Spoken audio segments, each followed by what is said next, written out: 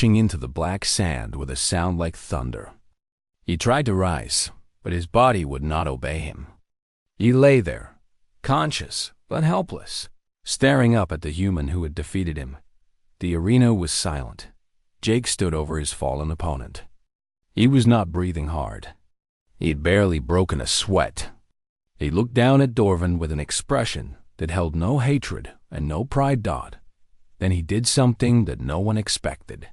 He reached down and offered his hand. Dorvan stared at the hand. In Volanthi culture, a defeated enemy was left where they fell. Offering help was unheard of. It could be seen as mockery. "I don't understand," Dorvan said. His voice was weak, confused. "Where I come from," Jake said, "we help people up after we knock them down. Even enemies." The crowd whispered. This was not how warriors behaved.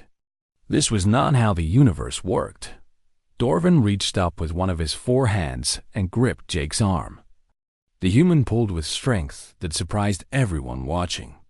Slowly, painfully, the ambassador rose to his feet. They stood facing each other. The alien giant and the human soldier. "Why?" Dorvan asked. "You won. You could have left me in the dirt." "Because winning isn't about making someone else lose," Jake said. "It's about proving what you're capable of. I don't need to humiliate you to know what I'm worth." Saylara felt tears in her silver eyes. She had lived for 300 years, and she had never witnessed anything so simple and so profound. Dio Arvan was silent for a long moment. Then he did something that shocked the entire arena. He bowed. The ambassador of a warrior species. A creature who had never shown respect to anyone outside his own people, bowed to a human. "I was wrong about your kind," Dorvan said. "You are not weak. You are something else entirely. Something I do not have a word for." Jake nodded. "My people have a word. We call it stubborn." A laugh rippled through the crowd. Then applause began, slowly at first, then building into a roar that shook the ancient walls of the arena. Species who had dismissed humanity moments ago were now cheering for the small creature who had defeated their champion without throwing a single punch in anger. Saylara did not cheer. She simply stood on her balcony, watching the human soldier walk out of the arena with his head held high. She knew, in that moment, that everything was about to change. The universe had just discovered something it was not prepared for. It had discovered humanity, and she had discovered something else. Something personal. Something that made her heart beat faster whenever she thought of the human called Jake. She was not ready to name it yet, but she knew she would see him again. She would make certain of it. The palace of Volanthos Prime had stood for 6,000 years. Its towers reached toward the sky like fingers grasping for the stars.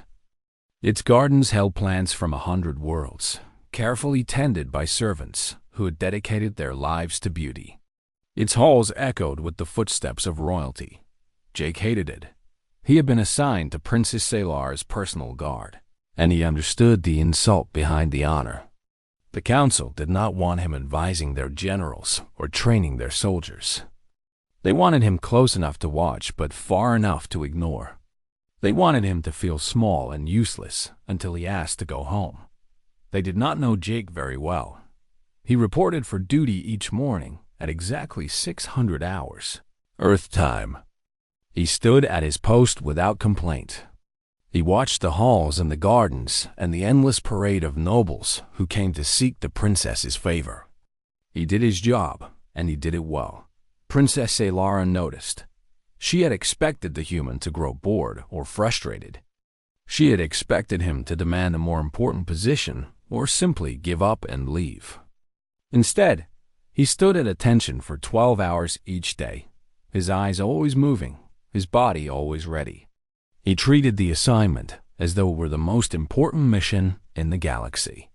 One evening, she found herself walking to his post near the garden entrance. She told herself she was simply inspecting her guard. She told herself it was nothing more than curiosity. Jake straightened when he saw her approach. "Princess, Sergeant." She stopped a few feet away, studying him with her silver eyes. "You have been here for 3 weeks." "Yes, ma'am." Most warriors would have complained by now. Most would have demanded better treatment. Jake shrugged. "A job is a job." Solara tilted her head. "Do you not feel insulted? You defeated Dorvan in single combat. You proved your worth. And they placed you here, guarding doors." "Someone has to guard the doors," Jake said. "Might as well be someone who's good at it." She did not know what to say to that. His acceptance confused her. It was not surrender, and it was not ignorance. It was something else, something she could not quite name. "Walk with me," she said. It was not a request. They walked through the gardens as the twin moons rose over the palace. The light turned the flowers silver and gold.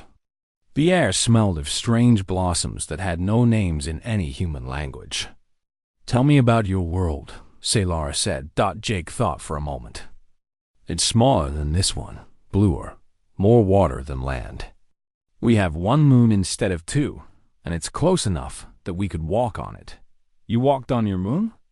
"About 400 years ago. We built ships out of metal and fire, and we threw ourselves at the sky until we got there." Solara tried to imagine it.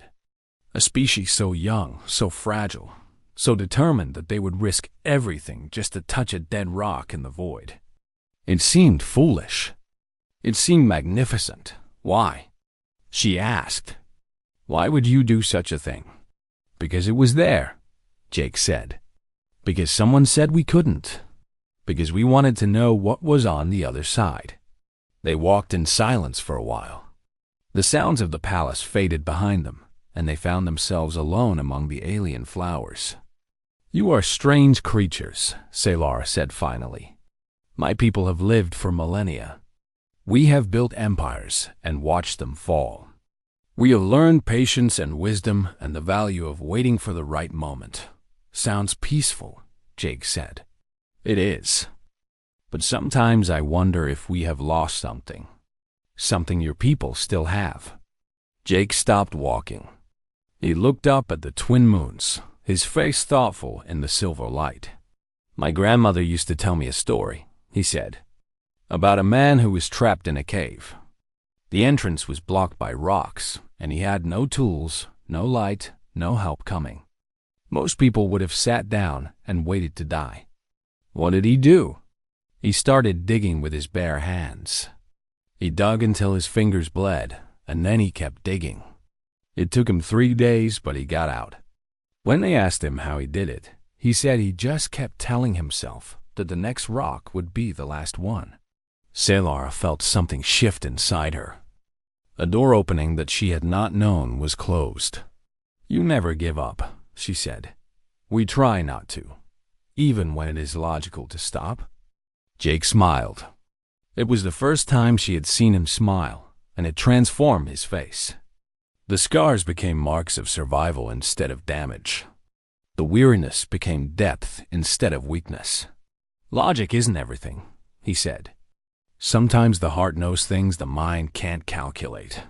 They stood together under the twin moons, the princess and the soldier, the ancient being and the fragile human. The distance between their species seemed smaller in the silver light. "I want to understand you," Solara said. "Your people. Your way of thinking. Will you teach me?" "I'm not a teacher," Jake said. "You taught Dorvan something he will never forget. You taught the entire council. Perhaps you are a better teacher than you realize." Jake considered this. Then he nodded slowly. "All right. But you have to teach me too. About your people, your history, why you built this place." "A fair trade," Solara agreed. They walked back toward the palace, talking quietly about small things at first. The names of flowers, the differences between human food and Volanthi cuisine, the way the stars looked from different parts of the galaxy. But the small things led to bigger things. Over the following weeks, They met often in the gardens. Saylara told Jake about the ancient wars that had shaped her people, about the philosophies that guided their civilization, about the burden of living for centuries while everything around you changed. Jake told her about Earth, about the wars that had nearly destroyed humanity, and the peace that had slowly been built from the ashes, about music and art, and the strange way humans celebrated both joy and sorrow, about his family, his friends, the people he had lost, and the ones he still hoped to protect. With each conversation, the wall between their worlds grew thinner. One night, Saylara asked the question that had been burning inside her since they first met. Why do you fight? You know you will lose eventually. Time will take you even if nothing else does. Why do you struggle so hard for something you cannot keep? Jake was quiet for a long time. When he finally spoke, his voice was soft but certain. Because the struggle is the point. It's not about winning forever. It's about what you do with the time you have. Every moment of joy, every act of courage, every time you help someone who needs it. Those things matter, even if they don't last. Saylara felt something break inside her. Not painfully, more like a shell cracking to let something new emerge. I have lived for 300 years, she said, and I have never understood that until now. Jake looked at her. In the moonlight, his eyes were warm and kind. Maybe that's why we need each other, he said. Your people can teach us patience. Maybe we can teach you that it's okay to fight for something, even when you know it won't last forever. Saylara reached out and touched his hand. It was warm against her cool skin. It was fragile and strong at the same time. I think, she said slowly, that I am very glad you came to Volantos Prime. Jake smiled again. So am I, Princess. So am I. Above them, the twin moons continued their slow dance across the sky. And somewhere in the darkness beyond the stars, the Kreth Dominion was preparing for war. But for this moment, in this garden, there was only peace. And the beginning of something neither of them had expected to find. The sky burned red on the day the Kreth. Jake was standing at his post, near the garden entrance, when the first alarm sounded. The noise cut through the peaceful morning like a knife, sharp and urgent. He had heard alarms like this before. They meant death was coming. Within minutes, the palace became chaos. Servants ran through the halls, their faces twisted with fear. Guards rushed to defensive positions, their weapons drawn but their hands shaking. Nobles demanded answers that no one could give. Jake found Saylara in the command center, surrounded by generals who were shouting at each other. Holographic displays showed the Kreth warships descending through the atmosphere, hundreds of them blotting out the sun. Ground forces were already landing in the outer districts of the city. They came too fast, one general said, his voice high with panic. Our fleet is scattered. We cannot mount a proper defense. The orbital stations are destroyed, another added. They took them out in the first wave. Saylara stood in the center of the chaos, her silver eyes moving across the displays. She looked calm, but Jake could see the tension in her shoulders, the way her hands gripped the edge of the table. What are our options? She asked. We can evacuate, a general suggested. Take the royal family to the mountain bunkers. Wait for reinforcements. How long until reinforcements arrive? Silence. The generals looked at each other, but no one wanted to answer. 3 days, Jake said. Everyone turned to look at him. The generals wore expressions of surprise and annoyance. What did a human know about Volanthi military operations? I studied your communication protocols, Jake continued. Your nearest fleet is 3 days away at full speed. That's assuming they leave immediately. Saylara nodded slowly. Can we hold for 3 days? Again, silence. The answer was clear on every face. No, they could not hold. The Kreth were too many, and the palace defenses were designed for small attacks, not full invasion. We can try, Jake said. The generals laughed. It was not a kind sound. You think you can hold against the Kreth Dominion? One of them asked. With what? Your bare hands? If I have to. Jake stepped forward, looking at the displays. His mind was already working, analyzing terrain and defensive positions, identifying choke points and fallback lines. The palace has strong walls and narrow corridors. The Kreth like open-field combat where they can use their numbers. If we make them fight on terms, we can slow them down. Slow them down? The general shook his head. You speak of delaying the inevitable. Sometimes the inevitable doesn't happen, Jake said. Sometimes you hold the line long enough for something to change. A reinforcement arrives early. The enemy makes a mistake. The universe decides to give you a break. He looked at Saylara. But only if you're still standing when the moment comes. The room was quiet. The general stared at Jake like he had grown a second head. Saylara made her decision. Give him a unit, she said. 20 soldiers. Let him prove what humans can do. The general started to protest, but she silenced them with a raised hand. This is not a debate. Do it now. 1 hour later, Jake stood in a corridor on the east side of the palace. 20 Velanthi soldiers stood with him, their faces pale and uncertain. They were young, most of them. They had trained for combat, but never experienced it. Jake understood their fear. He had felt it himself many times. The trick was not to make the fear go away. The trick was to act despite it. Listen to me, he said. I know you're scared. I'm scared too. Anyone who isn't scared right now is either lying or stupid. The soldiers looked at him with surprise. Velanthi officers never admitted fear. But here's the thing about fear, Jake continued. It tells you something important is happening. It tells you that what you do right now matters. So feel the fear and then do your job anyway. He pointed down the corridor toward the outer wall. The Kreth are going to come through that breach in about 10 minutes. They're going to expect us to run. They're going to expect us to die quickly and make their job easy. He paused. We're not going to do that. What are we going to do? One soldier asked. Jake smiled grimly. We're going to make them pay for every inch of ground. We're going to hold this corridor until someone tells us to stop. And when they write the history of this battle, they're going to say that this is where the Kreth learned what real resistance looks like. The first Kreth warriors came through the breach at exactly the time Jake predicted.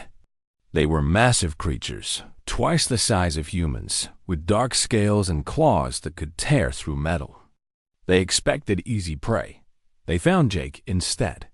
The battle lasted 9 hours. Jake taught his soldiers to fight in ways they had never imagined. He taught them to use the narrow corridor against the enemy, forcing the Kreth to come at them in small groups instead of overwhelming waves. The Galactic Council chamber on Valanthos Prime was the most beautiful room in the known universe. Giant crystal pillars rose from the floor to the ceiling, each one glowing with soft blue light. The walls were made of living stone that changed color with the mood of the room. Floating platforms carried diplomats from 100 different worlds, their voices mixing into a constant hum of alien languages. Princess Saylara sat on her throne and watched the proceedings with bored silver eyes. She had attended these meetings since she was a child, and they were always the same. Representatives argued about trade routes and border disputes. Generals demanded more ships and more soldiers. Nothing ever changed. But today was different. Today, the council had invited a human.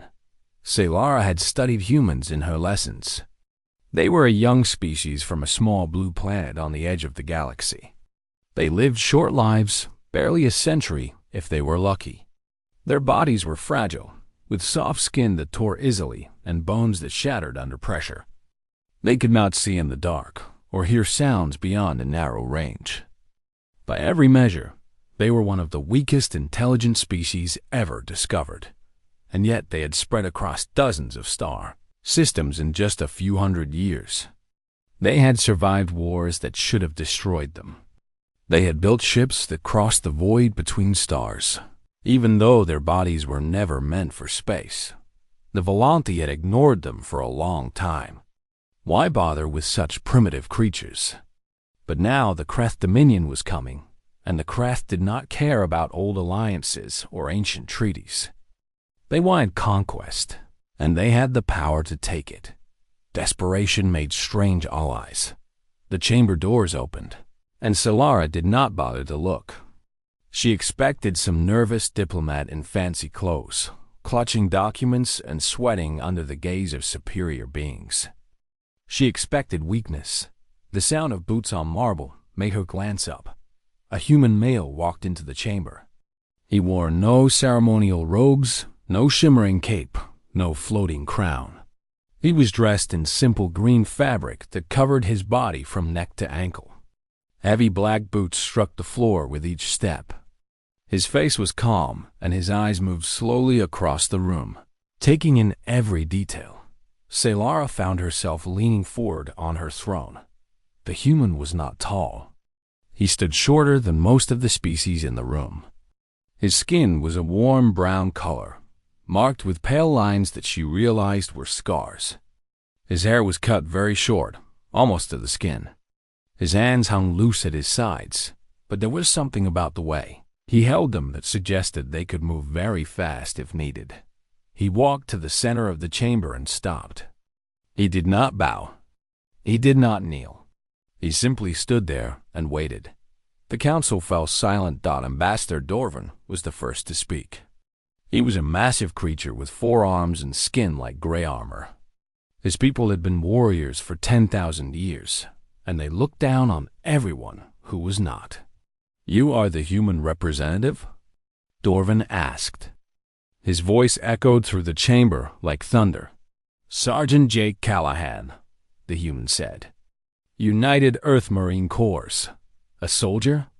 Dorvan laughed. "They sent us a soldier instead of a diplomat?" "They sent what they had," Jake said. His voice was steady and low. "I was available." Whispers spread through the chamber. Solara heard the words insult and primitive repeated by several diplomats. She should have felt the same way. Instead, she felt curious.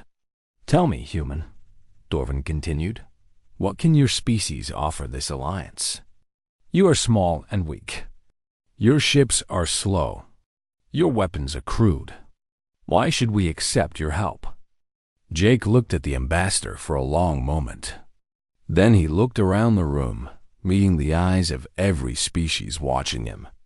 Finally, his gaze found Solara on her throne. She felt a strange shock run through her body. No one looked at royalty so directly. "We can offer what we have always offered," Jake said. "We can fight? Fight?" Dorvan laughed again. "Your bones break like dry wood. Your bodies cannot heal themselves. You die from wounds that would barely slow a Volanti child." "That's true," Jake agreed. "We break easy. We die easy. But we keep coming." The laughter in the chamber faded. "My grandfather fought in a war on Earth," Jake continued. "He was shot 3 times on a beach called Normandy. He crawled through the sand with his legs not working, and he kept firing his weapon until his people reached the cliffs above.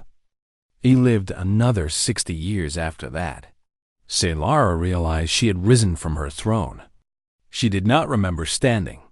"My mother served on a ship called the Frontier," Jake said. "When the reactor failed, she stayed behind to seal the breach. She saved 400 people. She knew she was going to die, and she did it anyway." The chamber was completely silent now. "That's what humans do," Jake said. "We're not the strongest. We're not the fastest. We don't live the longest. But we don't give up.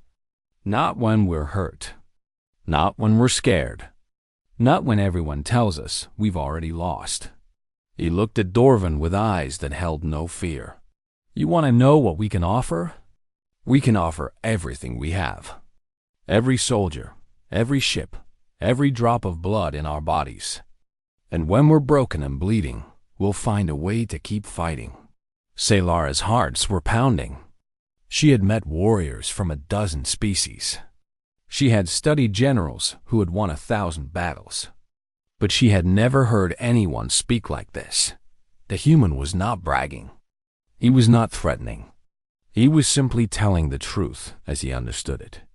Dorvan stared at Jake for a long time. Then he turned to the council and spoke in a cold voice. Pretty words from a fragile creature. I propose a test. Let the human prove his worth in combat. If he survives, we will consider his offer. If he falls, we will know that his species has nothing to give us. Jake nodded slowly. Name the time and place. Celara stepped down from her platform before she could stop herself. Her advisors called out to her, but she ignored them. She walked across the chamber until she stood before the human soldier. He looked up at her. He was not afraid. He was not impressed. He simply waited. You understand what you have agreed to? She asked. Her voice was soft, meant only firm. I understand, Jake said. The combat trials are brutal. Many warriors have died in them. Then I'll try not to die. Celara felt something she had not felt in many years. She did not know what to call it yet, but it made her want to see this human again. Good luck, Sergeant Callahan, she said. Jake nodded once. Then he turned and walked out of the chamber, his boots echoing on the marble floor. Celara watched him go. She did not return to her throne for a very long time. The arena was older than human civilization. It had been carved from a single mountain thousands of years ago, its walls polished smooth by the hands of countless workers. Seats rose in great circles around the fighting pit, enough to hold 50,000 spectators. Today, every seat was filled. Jake stood at the edge of the pit and looked down. The floor was made of black sand that would absorb blood without staining. The walls were too high to climb. There was no way out except through victory or death. He had faced difficult situations before. He had fought in the trenches of Titan Colony, where the air was poison and the enemy came in waves that never stopped. He had survived the orbital siege of New Manila, floating in the wreckage of his ship for 3 days before rescue arrived. He had buried friends and watched cities burn, but he had never fought an alien warrior in front of 50,000 witnesses. Ambassador Dorvan entered from the opposite side of the arena. He was even larger than Jake remembered, standing nearly 8 feet tall, with arms as thick as tree trunks. His gray armor skin gleamed under the lights. He carried no weapon because he did not need one. His 4 hands could crush stone. The crowd roared with approval. Jake walked down the steps into the pit. He wore the same simple clothes he had worn to the council meeting. He had refused the ceremonial armor the Volante offered. It would only slow him down. Princess Celara watched from the royal balcony. She had not slept well since the council meeting. Her advisors told her the human would die quickly, and the matter would be forgotten. They told her not to worry. She could not stop worrying. The announcer spoke in a booming voice that filled the arena. He explained the rules of the combat trial. The fight would continue until one warrior surrendered or could no longer stand. Weapons were forbidden. Everything else was permitted. Jake listened carefully. Then he looked up at the royal balcony and found Celara's silver eyes. He nodded once, very slightly. She felt her heart skip. The signal sounded, and Dorvan charged. The ambassador moved faster than his size suggested.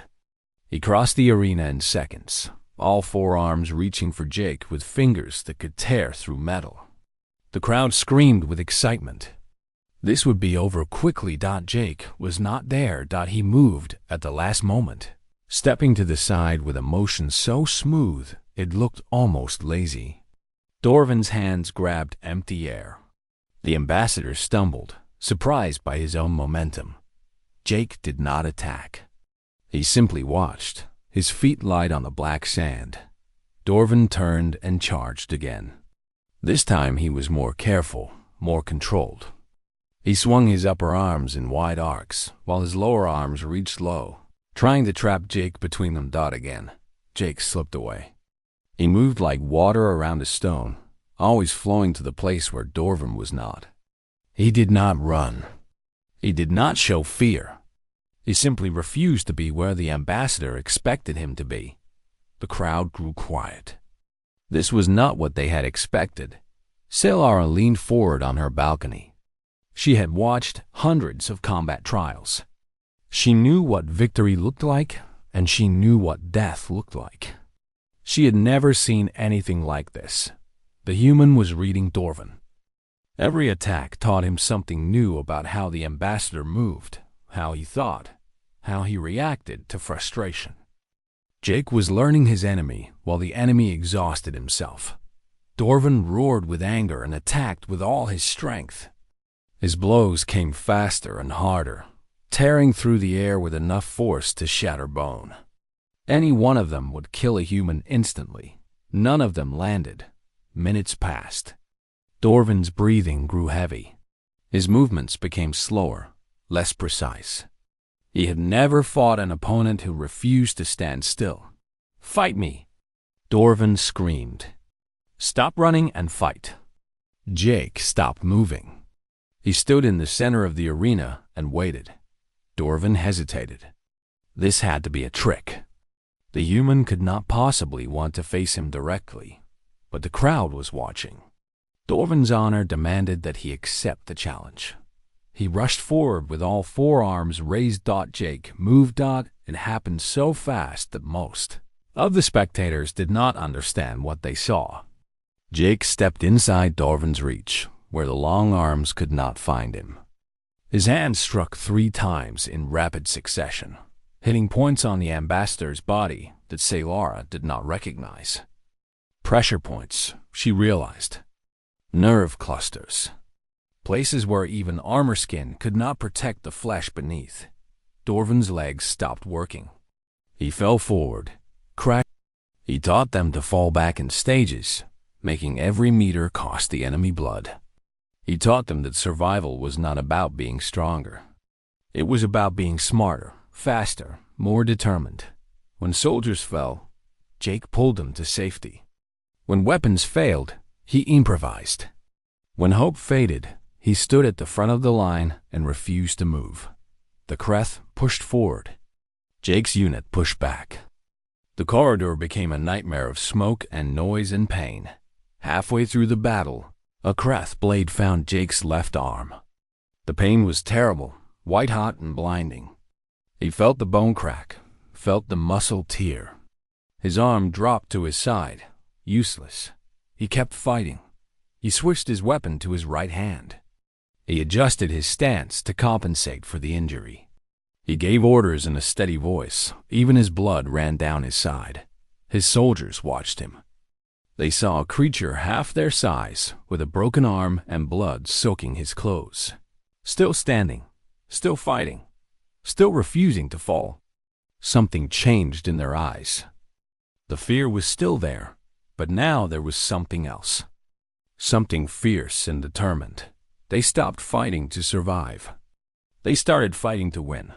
When reinforcements finally arrived, led by Princess Salara herself, they found the corridor filled with Kreth bodies. The walls were scarred with blast marks and claw gouges. The floor was slick with blood from both sides. Jake stood at the center of it all, his weapon still raised, his eyes still alert. His armor was cracked in a dozen places. His left arm hung useless at his side. He had lost too much blood to be standing, but he was standing anyway. Salara pushed through the soldiers toward him. She saw the wounds, the exhaustion, the absolute determination that had kept him alive when he should have died 10 times over. "Jake," she said. Her voice cracked on his name. "We held," he said. His voice was weak, but there was pride in it. "We held the line." She reached out and caught him as his legs finally gave way. He was so light in her arms, so fragile. But she understood now that fragility meant nothing. It was the spirit inside that mattered, and his spirit was made of something she had never encountered before. "You wonderful, impossible creature," she whispered. Jake smiled through the pain. "Did I teach them anything?" Solara looked at the 20 soldiers who had fought beside him. They were wounded and tired, but they stood straight, their eyes bright with something that looked almost like joy. "You taught them everything," she said. Outside the palace, the battle continued. The Kreth still came, and the defenders still fought. But something had shifted. Word spread through the Volanti forces about the human who had held the East Corridor with 20 soldiers, against impossible odds. The story gave them strength. It gave them hope. And for the first time, the Kreth began to wonder if they had underestimated their enemy. The Kreth retreated on the 4th day. The reinforcements arrived sooner than expected, their ships tearing through the atmosphere like avenging angels. The Volanti fleet had pushed their engines beyond safe limits, burning through fuel reserves that would take months to replace. When they heard what was happening on the surface, when they heard about the human who had held the East Corridor, they decided that schedules and protocols could wait. The battle turned. The Kreth, who had expected an easy conquest, found themselves facing an enemy that refused to break. They took heavy losses in the streets of the capital city. They lost 3 warships to desperate Volanti pilots who flew their damaged vessels directly into enemy formations. They lost something else too, something harder to measure. They lost their certainty. For the first time in living memory, the Kreth Dominion called a retreat. Their remaining ships gathered above Velantos Prime, hesitated for a long moment, and then jumped away into the darkness between stars. The celebration lasted for days. Jake spent most of it in a medical pod, his broken arm slowly knitting back together under the care of Volanti healers. They told him he was lucky to be alive. They told him that by all rights, he should have bled out in that corridor hours before the relief force arrived. "Humans are stubborn," he said. "We don't die when we're supposed to." The healers did not know what to make of that. Sailora visited him every day. She brought news from the council and stories from the soldiers who had fought beside him. The 20 warriors who had held the East Corridor had become heroes, their names spoken with respect throughout the Empire. They still called themselves Jake's unit, even though the battle was over. "They want to keep fighting with you," Sailora told him. "They say they learn more in 9 hours than in years of training." Jake shook his head. "I just showed them what they already had inside. The courage was theirs. You are too modest."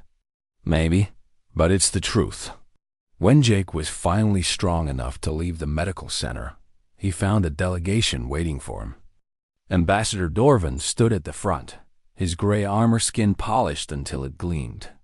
Behind him were representatives from a dozen species, including several who had laughed at humanity just weeks before. "The council requests your presence," Dorvan said.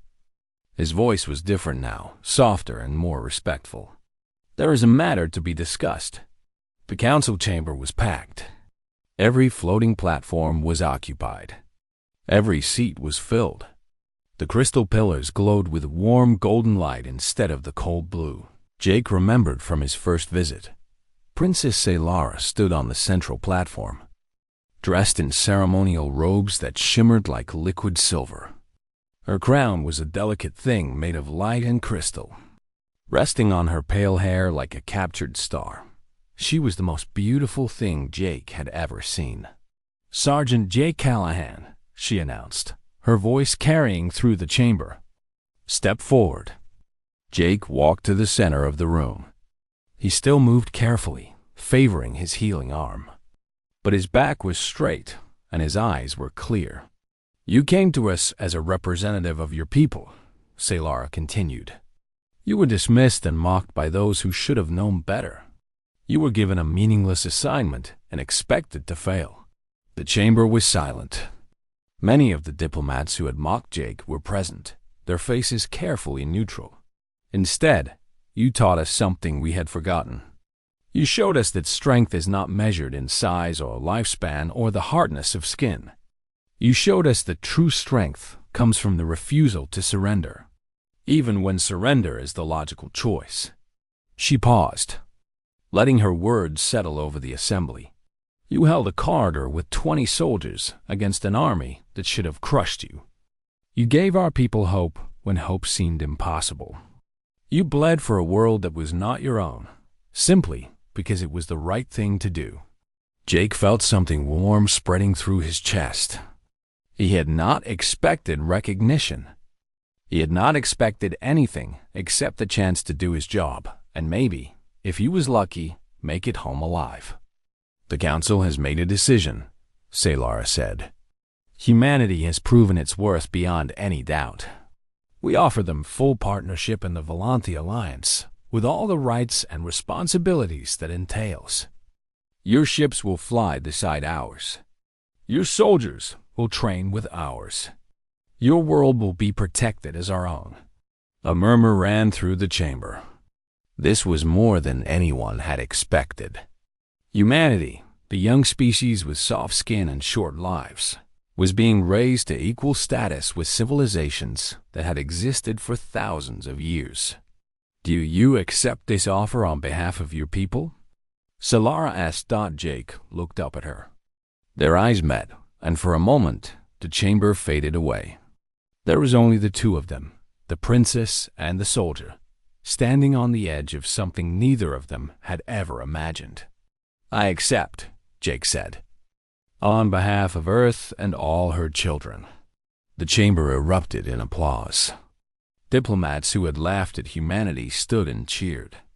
Warriors who had dismissed humans as weaklings pounded their fists in celebration. Something fundamental had shifted in the galaxy, and everyone present knew it. But Jake was not looking at the crowd. He was looking at Salara, who was walking down from her platform with tears shining in her silver eyes. She stopped in front of him, close enough to touch. You changed everything, she said softly. Not just for your people. For all of us. I just did what any human would do, Jake said. We don't give up. Not on our friends, not on each other, not on anything that matters. Salara reached out and took his hand. Her skin was cool against his warmth, her fingers long and elegant around his scarred knuckles. I have lived for 300 years, she said. I have seen empires rise and fall, watched stars born and die. I thought I understood the universe. She squeezed his hand. I was wrong. You taught me that I still have so much to learn. Jake smiled. Then we can learn together. Is that a promise? It's more than a promise. Where I come from, we call it hope. The celebration continued around them, but they stood still at the center of it all. Two people from different worlds who had found something unexpected in each other. The future was uncertain. The Kreth would return eventually, stronger and angrier than before. Other threats waited in the darkness between stars. But for the first time in a long time, those threats did not seem so frightening. Humanity had joined the galactic community not as servants or subordinates, but as equals. They had proven that small and fragile did not mean weak. They had shown that the size of a warrior's heart mattered more than the length of their life. And somewhere in the vast emptiness of space, word was spreading. The stories traveled from ship to ship, from world to world, from species to species. Stories about a young race that refused to quit. Stories about a soldier who held a line he should never have been able to hold. Stories about the strange and wonderful creatures called humans. The galaxy had underestimated them once, thought it would not make that mistake again. Jake stood in the council chamber with Salara's hand in his, and he thought about everything that had brought him here. The battles and the losses. The friends who had died and the enemies who had become allies. The long journey from a small blue planet to the heart of an alien empire, thought it had been worth it. All of it, because in the end, that was what humans did. They struggled and suffered, and sometimes they fell. But they always got back up. They always kept reaching for something better. And sometimes, if they were very lucky, they found it.